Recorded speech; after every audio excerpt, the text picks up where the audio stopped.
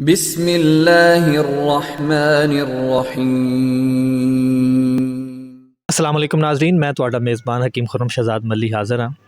ਜਿਸ ਤਰ੍ਹਾਂ ਕਿ ਅਸੀਂ ਪੰਜਾਬੀ ਜ਼ੁਬਾਨ ਦੇ ਖੋਜ ਵਿੱਚ ਨਿਕਲੇ ਹਾਂ, ਗਵਾਚੀ ਹੋਈ ਪੰਜਾਬੀ ਲੱਭਨੇ ਹਾਂ ਅਤੇ ਉਸ ਪੰਜਾਬੀ ਨੂੰ ਦੁਬਾਰਾ ਆਪਣੇ ਘਰਾਂ ਦੀ ਰਾਣੀ ਅਤੇ ਮਲਕਾ ਬਣਾਉਣਾ ਚਾਹੁੰਦੇ ਹਾਂ। ਔਖੇ ਪੈਂਡੇ 'ਤੇ ਟੁਰਦੇ ਹੋਏ ਅਸੀਂ ਮੁਖਤਲਿਫ ਅਦਬ ਨਾਲ ਤਾਲੁਕ ਰੱਖਣ ਵਾਲੇ, ਮੁਆਸ਼ਰੇ ਦੇ ਦੀਗਰ ਸ਼ੋਬਿਆਂ ਨਾਲ ਤਾਲੁਕ ਰੱਖਣ ਵਾਲੇ ਲੋਕਾਂ ਦੇ ਇੰਟਰਵਿਊ ਕਰ ਰਹੇ ਹਾਂ ਕਿ ਲੋਕਾਂ ਦੀ ਰਾਏ ਕੀ ਹੈ, ਲੋਕ ਇਸ ਬਾਰੇ ਕੀ ਸੋਚਦੇ ਨੇ, ਕੀ ਕਹਿੰਦੇ ਨੇ ਕਿ ਪੰਜਾਬੀ ਜ਼ੁਬਾਨ ਕਿਉਂ ਮੁੱਕਦੀ ਜਾਂਦੀ ਹੈ। ਜਿਹੜੀ ਪੰਜਾਬੀ ਮੈਂ ਵੀ ਬੋਲਣਾ, ਇਹ ਖਾਲਸ ਪੰਜਾਬੀ ਨਹੀਂ, ਇਹ ਰਲੀ ਮਿਲੀ ਪੰਜਾਬੀ ਹੈ, ਲੇਕਿਨ ਕਮ ਅਜ਼ ਕਮ ਇਸ ਪੰਜਾਬੀ ਨੂੰ ਹੀ ਬਚਾ ਲਿਆ ਜਾਏ। ਇਹ ਪੰਜਾਬੀ ਹੀ ਸਾਡੇ ਦਿਲਾਂ ਵਿੱਚ ਰਹਿ ਜਾਏ, ਸਾਡੇ ਬਾਲਾਂ ਨੂੰ ਇਹੀ ਪੰਜਾਬੀ ਆ ਜਾਏ। ਇਸ ਮਿਸ਼ਨ ਵਾਸਤੇ ਅਸੀਂ ਆਪਣਾ ਇਹ ਪੈਂਡਾ ਤੈਅ ਕਰ ਰਹੇ ਹਾਂ। ਅੱਜ ਗਵਾਚੀ ਪੰਜਾਬੀ ਦੀਆਂ ਯਾਦਾਂ ਤਾਜ਼ਾ ਕਰਨ ਲਈ ਸਾਡੇ ਨਾਲ ਇੱਕ ਹੋਰ ਅਦਬੀ ਸ਼ਖਸੀਅਤ ਜਿਨ੍ਹਾਂ ਦਾ ਤਾਲੁਕ ਸ਼ੋਭਾ ਤਦਰੀਸ ਨਾਲ ਹੈ। ਇਹਨਾਂ ਨੇ ਸਹਾਫਤ ਵਿੱਚ MA ਪਾਸ ਕੀਤਾ, MA ਦੀ ਡਿਗਰੀ ਹਾਸਲ ਕੀਤੀ, ਪਰ ਉਸ ਤੋਂ ਬਾਅਦ ਉਰਦੂ, ਪੰਜਾਬੀ ਅਤੇ ਫਾਰਸੀ ਵਿੱਚ MA ਕੀਤਾ। ਇੰਜ ਕਿਹਾ ਜਾਏ ਕਿ ਇਹਨਾਂ ਨੂੰ ਜ਼ਬਾਨਾਂ ਨਾਲ ਇਸ਼ਕ ਹੈ ਅਤੇ ਇਹ ਗਲਤ ਨਹੀਂ ਹੋਏਗਾ। ਇਹ ਪਿਛਲੇ 20-25 ਵਰ੍ਹਿਆਂ ਤੋਂ ਬਾਲਾਂ ਨੂੰ ਉਰਦੂ, ਪੰਜਾਬੀ ਅਤੇ ਸਹਾਫਤ ਦੇ ਅਸੂਲਾਂ ਨਾਲ ਹਮਕਨਾਰ ਕਰ ਰਹੇ ਨੇ, ਸਿਖਾ ਰਹੇ ਨੇ। ਜੀ ਮੇਰੇ ਨਾਲ ਮੌਜੂਦ ਨੇ ਪ੍ਰੋਫੈਸਰ ਗੁਲਾਮ ਨਕਸ਼ਬੰਦ ਸਾਹਿਬ। ਆਓ ਇਹਨਾਂ ਨਾਲ ਪੰਜਾਬੀ ਦੀਆਂ ਗੱਲਾਂ ਸਾਂਝੀਆਂ ਕਰਨੇ ਆ। ਅਸੀਂ ਪੰਜਾਬੀ ਨੂੰ ਦੁਬਾਰਾ ਆਪਣੇ ਘਰਾਂ ਦੇ ਵਿੱਚ ਵਾੜਨਾ ਚਾਹੁੰਦੇ ਹਾਂ, ਆਪਣੇ ਬੱਚਿਆਂ ਨੂੰ ਸਿਖਾਉਣਾ ਚਾਹੁੰਦੇ ਹਾਂ। ਅਤੇ ਮੇਰਾ ਪਹਿਲਾ ਸਵਾਲ ਤੁਹਾਡੇ ਨਾਲ ਇਹ ਹੋਏਗਾ ਕਿ ਉਹ ਪੰਜਾਬੀ ਕਿੱਥੇ ਗਈ ਜਿਹੜੀ ਅਸੀਂ ਆਪਣੀ ਮਾਵਾਂ ਦੀ ਗੋਦ 'ਚ ਪੈ ਕੇ ਲੋਰੀਆਂ ਸੁਣਦੇ ਸਾਂ। ਨਾ ਅੱਜ ਉਹ ਲੋਰੀਆਂ ਰਹੀਆਂ ਅਤੇ ਨਾ ਉਹ ਜ਼ੁਬਾਨ ਰਹੀ। ਕੀ ਵਜ੍ਹਾ ਬਣੀ, ਇਹ ਕਿਵੇਂ ਮੁੱਕਦੀ ਜਾ ਰਹੀ ਹੈ? ਹਕੀਮ ਸਾਹਿਬ, ਤੁਸੀਂ ਇਹ ਬੜਾ ਕਾਬਲੇ ਤਾਰੀਫ ਅਤੇ ਕਾਬਲੇ ਸਤਾਇਸ਼ ਕੰਮ ਕੀਤਾ।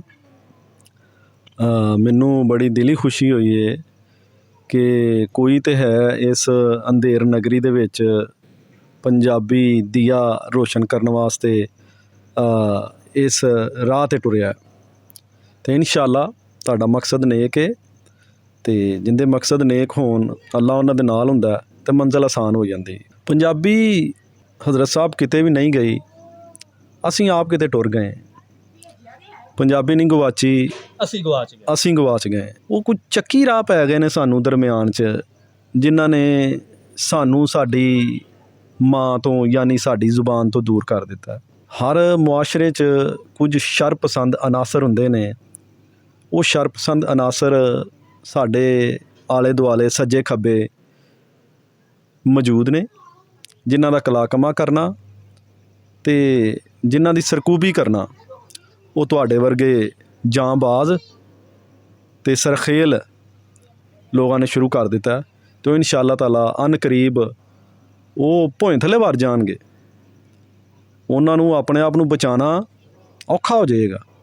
ਅਤੇ ਪੰਜਾਬੀ ਇੱਕ ਵਾਰੀ ਫੇਰ, ਮੈਂ ਤਾਂ ਆਪਣੀ ਥਾਂ 'ਤੇ ਇਹ ਸੋਚੀ ਬੈਠਾ ਵਾਂ ਕਿ ਉਹ ਕਿਤੇ ਵੀ ਨਹੀਂ ਗਈ।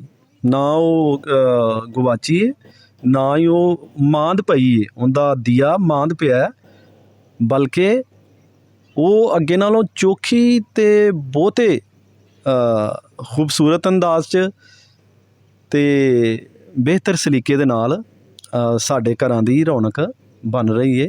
ਨਹੀਂ ਸਰ, ਪੁੱਛਣਾ ਮੈਂ ਇਹ ਚਾਹੁੰਦਾ ਕਿ ਉਹ ਬੋਲੀ ਜਿਹੜੀ ਔਲੀਆ ਦੀ ਜ਼ੁਬਾਨ ਸੀ, ਜਿਸ ਬੋਲੀ 'ਚ ਇਸ ਖਿੱਤੇ 'ਚ ਇਸਲਾਮ ਫੈਲਿਆ, ਜਿਸ ਬੋਲੀ ਵਿੱਚ ਮੋਤੀ ਪਰੋਏ ਨੇ, ਜਿਹਨੂੰ ਸੂਫੀਆ ਦੀ ਜ਼ੁਬਾਨ, ਔਲੀਆ ਦੀ ਜ਼ੁਬਾਨ ਕਿਹਾ ਜਾਂਦਾ ਹੈ। ਵਾਰਿਸ ਸ਼ਾਹ ਦੀ ਹੀਰ ਇਹਦੇ 'ਚ, ਬੁੱਲੇ ਸ਼ਾਹ ਦਾ ਕਲਾਮ ਇਹਦੇ 'ਚ, ਮੀਆਂ ਸਾਹਿਬ ਦੀ ਸੈਫੁਲ ਮਲੂਕ ਇਹਦੇ 'ਚ। ਇਹ ਬੋਲੀ ਗਾਲਾਂ ਦੀ ਜ਼ੁਬਾਨ ਕਿਵੇਂ ਬਣ ਗਈ? ਅਸੀਂ ਇਹ ਬੋਲੀ ਬੋਲਣ ਤੋਂ ਸ਼ਰਮਾਨ ਕਿੰਜ ਲੱਗ ਪਏ? ਇਹ ਮਾਹੌਲ ਕਿਵੇਂ ਬਣ ਗਿਆ? ਕਿ ਅਗਰ ਅਸੀਂ ਜ਼ੁਬਾਨ ਨੂੰ ਫਰਾਮੋਸ਼ ਕਰੀਏ ਤਾਂ ਗੋਇਆ ਅਸੀਂ ਮਾਂ ਨੂੰ ਫਰਾਮੋਸ਼ ਕਰਤਾ, ਕਿਉਂਕਿ ਸਾਡੀ ਮਾਂ ਬੋਲਦੀ ਸੀ। ਅਸੀਂ ਇਹ ਗੁੱਟੀ ਲੈ ਕੇ ਇਹ ਸਮਾਜ ਦੇ ਵਿੱਚ ਆਏ, ਇਹ ਦੁਨੀਆ ਦੇ ਵਿੱਚ ਆਏ। ਇਹ ਨੋ ਡਾਊਟ ਕਿ ਇਹ ਔਲੀਆ ਦੀ ਜ਼ੁਬਾਨ ਹੈ, ਸੂਫੀਆ ਦੀ ਜ਼ੁਬਾਨ ਹੈ। ਬਰੇ ਸਗੀਰ ਪਾਕੋ ਹਿੰਦ 'ਚ ਇਸਲਾਮ ਦੀ ਆਮਦ ਦਾ ਸਿਹਰਾ ਅਗਰ ਕਿਸੇ ਦੇ ਸਿਰ ਸਜਾਇਆ ਜਾਂਦਾ ਹੈ ਤਾਂ ਉਹ ਇਹ ਜ਼ੁਬਾਨ ਹੈ। ਯਾਨੀ ਅਸੀਂ ਇਸ ਵੇਲੇ ਜਿਹੜੇ ਬਹਿਸੀਅਤ ਮੁਸਲਮਾਨ ਹੋਣ 'ਤੇ ਫਖਰ ਕਰਨੇ ਆ, ਸਾਨੂੰ ਇਹ ਫਖਰ ਦਾ ਸਿਹਰਾ ਪਹਿਲੇ ਪੰਜਾਬੀ ਜ਼ੁਬਾਨ ਦੇ ਸਿਰ ਰੱਖਣਾ ਪਏਗਾ। ਅਤੇ ਅਸੀਂ ਮਸ਼ਕੂਰ ਹਾਂ ਇਸ ਜ਼ੁਬਾਨ ਦੇ ਕਿ ਜਿਹਨੇ ਸਾਨੂੰ ਇਹ ਜਿਹੜਾ ਹੈ ਇੱਕ ਸਿਹਰਾ ਬਖਸ਼ਿਆ, ਇੱਕ ਉਚਾਈ ਦਿੱਤੀ, ਇੱਕ ਫਖਰ ਦਿੱਤਾ, ਇੱਕ ਨਾਜ਼ ਦਿੱਤਾ ਕਿ ਅਸੀਂ ਇਹ ਜ਼ੁਬਾਨ ਦੇ ਰਾਹੀਂ ਮੁਸਲਮਾਨ ਹੋਏ। ਕਿ ਇਹ 11ਵੀਂ ਸਦੀ ਦੇ ਵਿੱਚ ਅਸਰ ਨੌ ਤਮੀਰ ਹੋਈ। ਇਹਦੇ ਸਾਰਿਆਂ ਤੋਂ ਪਹਿਲੇ ਜਿਹੜੇ ਸ਼ਾਇਰ ਨੇ, ਬਾਕਾਇਦਾ ਸ਼ਾਇਰ ਉਹਨਾਂ ਨੂੰ ਕਿਹਾ ਜਾਂਦਾ ਹੈ, ਉਹ ਬਾਬਾ ਫਰੀਦ ਗੰਜ ਸ਼ਕਰ ਨੇ, ਜਿਨ੍ਹਾਂ ਤੋਂ ਅਸੀਂ ਸਾਰੇ ਜਾਣੂ ਹਾਂ ਕਿ ਜਿਨ੍ਹਾਂ ਨੇ ਆਉਂਦਿਆਂ ਹੀ ਜਿਹੜਾ ਇੱਕ ਤਹਿਲਕਾ ਮਚਾ ਦਿੱਤਾ, ਨਾ ਸਿਰਫ ਸਾਡੇ ਦੀਨੀ ਮਾਮਲਾਤ ਦੇ ਵਿੱਚ ਬਲਕਿ ਇਹਦੀ ਮੁਆਸ਼ਰਤ ਦੇ ਵਿੱਚ ਵੀ। ਕਿ ਉਹਨਾਂ ਦੇ ਅਸ਼ਾਰ ਪੜ੍ਹ ਕੇ ਨਾ ਸਿਰਫ ਅਸੀਂ ਅੱਲਾ ਦੇ ਲਾਗੇ ਲੱਗੇ ਬਲਕਿ ਉਹਦੀ ਮਖਲੂਕ ਦੇ ਵੀ ਇੰਨਾ ਕੁ ਅਗੇੜੇ ਅਤੇ ਨੇੜੇ ਹੋ ਗਏ ਕਿ ਸਾਡੇ ਇੱਥੇ ਆਉਣ ਦਾ ਮਕਸਦ ਪੂਰਾ ਹੋ ਗਿਆ। ਉੱਠ ਫਰੀਦਾ ਸੁੱਤਿਆ ਅਤੇ ਝਾੜੂ ਦੇ ਮਸੀਤ, ਤੂੰ ਸੁੱਤਾ ਰੱਬ ਜਾਗਦਾ, ਤੇਰੀ ਡਾਢੇ ਨਾਲ ਪ੍ਰੀਤ। ਅਤੇ ਆ ਫਰਮਾਉਂਦੇ ਨੇ, ਫਰੀਦਾ ਕਾਲੇ ਮੈਂਡੇ ਕੱਪੜੇ ਅਤੇ ਕਾਲਾ ਮੈਂਡਾ ਭੇਸ, ਮੈਂ ਫਿਰਾਂ ਗੁਨਾਹ ਭਰਿਆ, ਲੋਕੀ ਕਹਿਣ ਦਰਵੇਸ਼। ਅਤੇ ਹੁਣ ਅਸੀਂ ਕਿਵੇਂ ਕਹਿ ਸਕਦੇ ਕਿ ਜੌਨ ਕੀਟਸ, ਬਾਇਰਨ ਸ਼ੈਲੇ, ਮਗਰਬੀ ਸ਼ੋਹਰਾ ਜਿਹੜੇ ਨੇ, ਉਹਨਾਂ ਦੀ ਸ਼ਾਇਰੀ ਦੇ ਵਿੱਚ ਚਾਸ਼ਨੀ ਅਤੇ ਲੱਜ਼ਤ ਅਤੇ ਰਵਾਨੀ ਅਤੇ ਜਿੱਦਤ ਅਤੇ ਤਸਲਸੁਲ ਅਤੇ ਇਬਲਾਗ ਦੀਆਂ ਸਾਰੀਆਂ ਖੂਬੀਆਂ ਨੇ। ਉਹ ਅਕਲ ਦੇ ਮੂਰਖ ਹੋ, ਕਦੀ ਇਹਨਾਂ ਨੂੰ ਤਾਂ ਪੜ੍ਹ ਕੇ ਵੇਖੋ ਕਿ ਉਹ ਜਿੰਨਾ ਸਾਡੇ ਬਾਤਨ ਨੂੰ ਸਾਫ਼ ਨਹੀਂ ਕੀਤਾ, ਸਾਡੇ ਜ਼ਾਹਰ ਨੂੰ ਵੀ ਉਹਨਾਂ ਨੇ ਚਾਰ ਚੰਨ ਲਾਤੇ ਨੇ। ਸਾਡੀ ਮੁਆਸ਼ਰਤ ਜਿਹੜੀ ਉਦੋਂ ਦੀ ਪੱਧਰੇ ਪਈ ਅੱਜ ਤੱਕ, ਜਿਹੜੀ ਬਲਕਿ ਕਿਆਮਤ ਤੱਕ ਡੋਲਣ ਨਹੀਂ ਲੱਗੀ। ਬਰੇ ਸਗੀਰ 'ਚੋਂ ਇਹ ਇਸਲਾਮ ਜਿਹੜਾ ਇਸ ਜ਼ੁਬਾਨ ਦੇ ਰਾਹੀਂ ਸਾਡੀ ਝੋਲੀ 'ਚ ਪਿਆ, ਖਿਰਾਤ ਮਿਲੀ ਸਾਨੂੰ, ਉਹ ਇਸ ਜ਼ੁਬਾਨ ਦੀ ਰਾਹੀਂ ਮਿਲੀ। ਜੀ, ਤੁਸੀਂ ਪੰਜਾਬੀ ਜ਼ੁਬਾਨ ਦੀ ਤਾਰੀਖ ਬਿਆਨ ਕੀਤੀ ਕਿ ਪੰਜਾਬੀ ਦਾ ਮੁੱਢ, ਪੰਜਾਬੀ ਦੀ ਨੀਂਹ ਦੱਸੀ ਸਾਨੂੰ। ਮੇਰਾ ਸਵਾਲ ਹਾਲੇ ਵੀ ਉਹੀ ਹੈ ਜਿਹੜਾ ਸਵਾਲ ਮੈਂ ਤੁਹਾਡੇ ਨਾਲ ਪਹਿਲੇ ਕੀਤਾ। ਮੈਂ ਹਾਲੇ ਵੀ ਉਹੀ ਸਵਾਲ ਦਾ ਜਵਾਬ ਚਾਹਾਂਗਾ ਕਿ ਉਹ ਜਿਹੜੀਆਂ ਲੋਰੀਆਂ ਸਨ, ਅੱਲੜ ਬੱਲੜ ਬਾਵੇ ਦਾ ਅਤੇ ਬਾਵਾ ਕਣਕ ਲਿਆਵੇ ਦਾ, ਉਹ ਅੱਲਾ ਕਾਕਾ ਸੌਂ ਜਾ, ਮਾਨੋ ਬਿੱਲੀ ਆਈ, ਉਹ ਕਿੱਥੇ ਗਈਆਂ? ਉਹਨਾਂ ਦੀ ਜਗ੍ਹਾ ਜੋਨੀ ਜੋਨੀ, ਯੈਸ ਪਾਪਾ ਅਤੇ ਟਵਿੰਕਲ ਟਵਿੰਕਲ ਲਿਟਲ ਸਟਾਰ ਕਿੰਜ ਆ ਗਏ? ਬੜੀ ਦੁੱਖ ਦੀ ਰੱਖਦੇ ਤੁਸੀਂ ਫਿਰ ਕਦਮ ਰੱਖਦਾ। ਅਸੀਂ ਦਾਮਨ ਬਚਾਉਂਦੇ ਹਾਂ, ਤੁਸੀਂ ਲਪੇਟ ਕੇ ਉੱਧਰ ਹੀ ਲੈ ਆਉਂਦੇ ਹੋ। ਕਿ ਉਹ ਕਿੱਥੇ ਮਫਕੂਦ ਹੋ ਗਈਆਂ ਉਹ ਚੀਜ਼ਾਂ। ਉਹ ਜਜ਼ਬਾਤ ਨਾਲੋਂ ਭਰੀਆਂ ਉਹ ਲਫ਼ਜ਼ ਨਹੀਂ ਬਲਕਿ ਉਹ ਮਾਂ ਬੋਲਦੀ ਸੀ। ਆਪਣੇ ਰਾਜ ਦੁਲਾਰੇ ਨੂੰ, ਆਪਣੇ ਮਨ ਮਿੱਠਰੇ ਜਿਗਰ ਗੋਸ਼ੇ ਨੂੰ ਸੁਲਾਨ ਦੇ ਨਾਈ, ਜਿਹੜੀ ਉਹ ਜਿਹਨੂੰ ਅਸੀਂ ਲੋਰੀ ਕਹਿੰਦੇ ਹਾਂ, ਉਹ ਮਿੱਠਾ ਬੋਲ ਕਹਿੰਦੇ ਨੇ, ਉਹਦੇ ਵਿੱਚ ਰਚੀ ਬਸੀ ਮਮਤਾ ਹੁੰਦੀ ਸੀ। ਉਹ ਮਮਤਾ ਲਫ਼ਜ਼ਾਂ ਦਾ ਰੂਪ ਧਾਰ ਕੇ, ਪੰਜਾਬੀ ਲਫ਼ਜ਼ਾਂ ਦਾ ਰੂਪ ਧਾਰ ਕੇ ਜਿਹੜਾ ਉਹ ਬੱਚੇ ਦੇ ਮਨ ਵਿੱਚ ਆਪਣੀ ਜਗ੍ਹਾ ਬਣਾਉਂਦੀ ਸੀ। ਅਤੇ ਉਹ ਅੜੀ ਪਿਆ ਬੱਚਾ, ਉਹ ਰੋਂਦਾ ਬੱਚਾ ਜਿਹੜਾ ਉਹ ਚੁੱਪ ਕਰ ਜਾਂਦਾ ਜਾਂ ਸੌਂ ਜਾਂਦਾ ਸੀ। ਉਹ ਨਿਗੜੇ ਜਜ਼ਬਾਤ ਨਾਲ ਭਰਪੂਰ ਸੀ। ਮੈਂ ਸਮਝਣਾ ਕਿ ਇਹਦੇ 'ਚ ਕੁਝ ਰੌਲਾ ਸਾਡੇ